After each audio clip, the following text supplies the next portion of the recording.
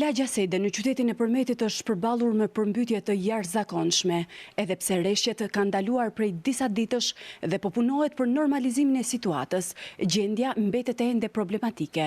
Si pasojë, disa shtëpi janë kthyer në të pabanuara. Përveç ndërhyrjeve nga ana e Bashkisë për pastrimin e rrugëve dhe hapësirave publike, banorët po përpiqen vetë të rikthejnë shtëpitë e tyre në gjendjen e mëparshme. Të mos ishim vetë, ne na u fut bëna në shtëpi. Rrezikuam jetën tonë për të shpëtuar shtëpinë. Rrezikuam. Të Bashkisë erdhën, të zjarfikses erdhën, të energjencës erdhën, të tërë erdhën. Ne kemi 10 ditë që ka marrë punëtorët privatisht.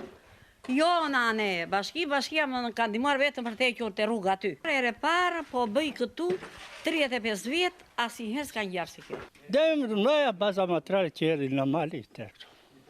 Edhe na prisi disa kosone, që po ve punëtori që ta pastroj. Këto janë dëmet, për moment. Në bashkia herdën, po na ndihmojnë ca gjëra kështu. Siç e shikoni dhe ju vetë, këtu ka ndodhur një fatkeqësi natyrore, jo e për masave shumë të mëdha. Shtëpitë që ishin më lart në fillim të lagjes, ato u prekën më shumë nga kjo fatkeqësi, ku në disa banesa u fut edhe ujë dhe baltë brenda.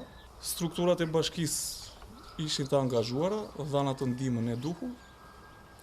Besoj se janë në punim e sipër dhe po vazhdojnë të sistemojnë zonën. Unë jam banor në këtë lagje prej gati 20 vitesh, e sa mbaj mend unë, kjo është përmbytja e parë. Domethënë mund të ketë pasur diçka tjetër, po jo në këto përmas. Rrezikshmërinë e ndjejmë për banesat, për infrastrukturën, për rrugën, për yrat e zeza, për yrat e bardha. Në datën 6 janar janë evakuuar 4 familje nga Lagja Sede, pasi rreziku ishte tepër i lartë për shkak të prurjeve të mëdha të përrojë të Lehusës.